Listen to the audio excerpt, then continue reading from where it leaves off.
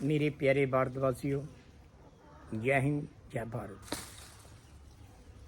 मेरे दोस्तों, मेरे मित्रों,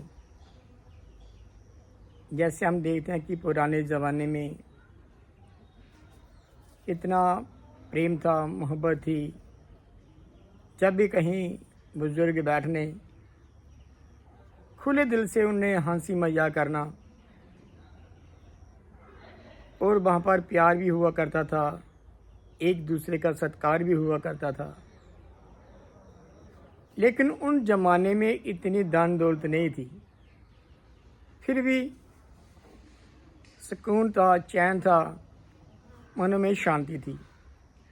कारण क्या था कि एक दूसरे से मोहब्बत, सब में भाईचारा, सबको एक दृष्टि से देखना। एक गांव में अगर किसी के ऊपर मुसीबत आए यानी सभी ने इकट्ठे हो जाना। लेकिन आहिस्ता आहिस्ता वो दौर, वो ज़माना ख़त्म हो गया। आज इंसान के पास धन दौलत है, महल बनाए हुए हैं, लेकिन फिर भी मनों में शांति नहीं है। क्योंकि धन दौलत इकट्ठी कर लेना, माया इकट्ठी कर लेना, बड़े महल बना लेना, ये सुविधा हो सकती है, लेकिन सुख चैन सुख नहीं है इसमें। जब तक मन हमारा शांत नहीं होता, सब्र नहीं होगा, जिसको हम कहते हैं कि सब्र शांति ते समदृष्टि संत जनांदा ज्ञान है, संत जनांदा वड्डा ये पानी अंदर रहना है।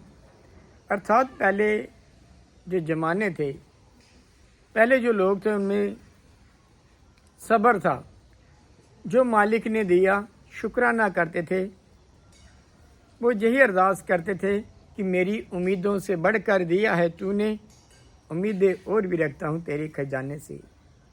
अर्थात शुक्राना करना मालिक का, शिकवा नहीं करना। आज लोग पूजा भी करते हैं, इबादत भी करते हैं, लेकिन शिकवा भी करते हैं। कहते हैं इबादत भी करूं, शिकवे भी करूं, ये भक्ति का दस्तूर नहीं। भक्ति नाम है समर्पण का, इसमें शर्तें मंजूर नहीं। एक तरफ इंसान कहे कि मैं भक्त हूँ, मैं भगवान की इबादत करता हूँ, मैं भगवान की पूजा करता हूँ, लेकिन अगर शुक्राना नहीं है, फिर कहाँ से मैं परमात्मा की भक्ति कर रहा हूँ, शिकवा भी कर रहा हूँ। लेकिन जिसने पूर्ण रूप से अपने आप को समर्पित कर दिया मालिक के चरणों में, उसको सुकून मिलता है, चैन मिलता है, शांति मिलती है। रही बात धन दौलत की, इतिहास साक्षी है, गवाही है इस बात का। कहते हैं कि सिकंदर बादशाह हुआ, उसने आधी दुनिया को विजय कर लिया था। लेकिन जब अंतिम समय आया, 3 शिक्षाएं दे गए। पहली उन्हें ये प्रेरणा दी, संदेश दिया सारी दुनिया के लिए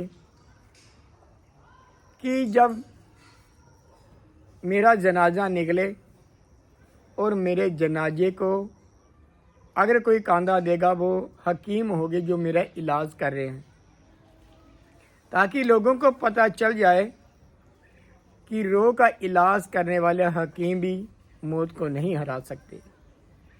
दूसरा कि जितनी भी धन दौलत है, जब मेरा जनाजा जाए रास्ते में बिछा देना, ताकि लोगों को ये पता चल जाए कि धन दौलत के कारण मौत भी नहीं रुकती है, चाहे जितनी मर्जी धन दौलत इंसान इकट्ठी कर ले।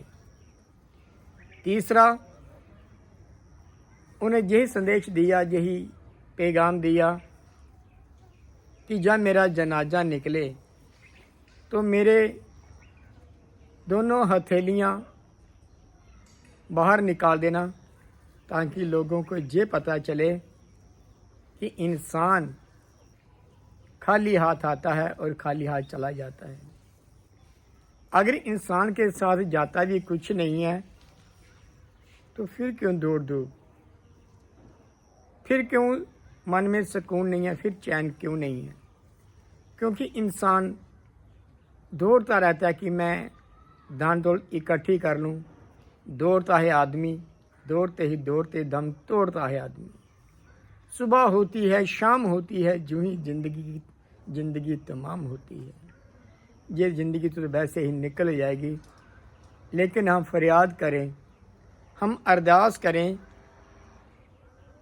रब के आगे, परमात्मा के आगे, ईश्वर के आगे, खुदा के आगे कि हे मेरे मालिक, मेरे को सुकून देना, मेरे को चैन देना।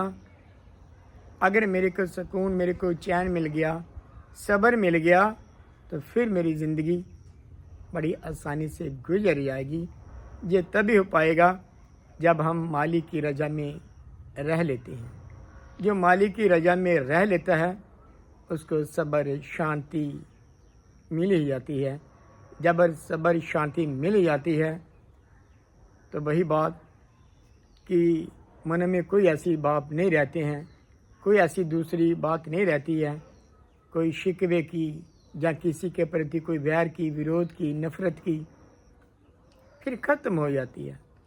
पता चल जाता है कि मैं चंद दिनों का जहाँ पर मेहमान हूँ और कुछ ही समय के बाद मैं लौट भी जाऊँगा इस धरती से, लेकिन फिर क्यों वैर, विरोध, नफ़रत। इसी प्रकार से कहते हैं कि प्यार हर इंसान से हम करें, प्यार से जाता है गुलशन को और नफ़रत वीरान करें। हमारा जीवन इस तरीके से रहे तो फूलों की तरह, बिखरे तो खुशबू की तरह। इन्हीं शब्दों के साथ मेरे प्यारे भारतवासियों, जय हिंद, जय भारत।